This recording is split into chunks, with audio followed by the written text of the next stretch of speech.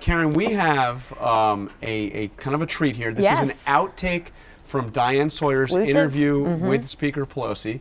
You saw what you saw on World News and on Nightline. Here is something you didn't see. The very top of the interview, we thought you'd kind of like this exchange. So, Madam Speaker, you woke up. What kind of day is it? Well, what kind of day have you been having? How was your day? It's been a day that is, of course, respectful of the will of the American people. Those of us who are engaged in government and politics know who's boss, and that is the American people. And so we hear a message from them. It's also a day where, though, we're sad about some of the losses, members of great seniority and distinction in the Congress, and some very new members who will no longer be serving with us. But I know they'll continue to contribute to society. It's just a loss to the Congress. Kind of a through gritted teeth recap of what had happened the night before to her party from Nancy Pelosi there. And now we are joined by the National Journal's Kiely. Thank you so much for joining us. So we're hearing some lots of buzzwords in Washington right now talking about compromise, but very different tones from John Boehner and Mitch McConnell. Sort of a good cop, bad cop. Is that going to be how they play this over the next 2 years with the White House? Well, part of it may be the two different institutions. I mean, the Senate is going to play a very different role than the House. Obviously, in the House, the majority party has the whip hand.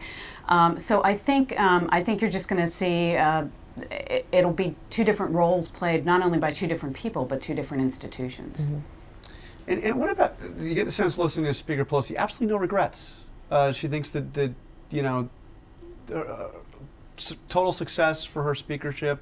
She was asked by Diane, what would you say to yourself for, you know, when you first got the gavel, great job, job well done? Is there any sense that they did anything wrong? Well, I think when you talk to Democrats, what they feel is that they were saddled with a lot of big problems, and they've taken a crack at resolving them. The people have not had the patience. That's their view, that people have not been patient enough. So we'll see. I mean, George Bush, the father, had the same feeling, I think, that he had done a great job and that Bill Clinton got the credit.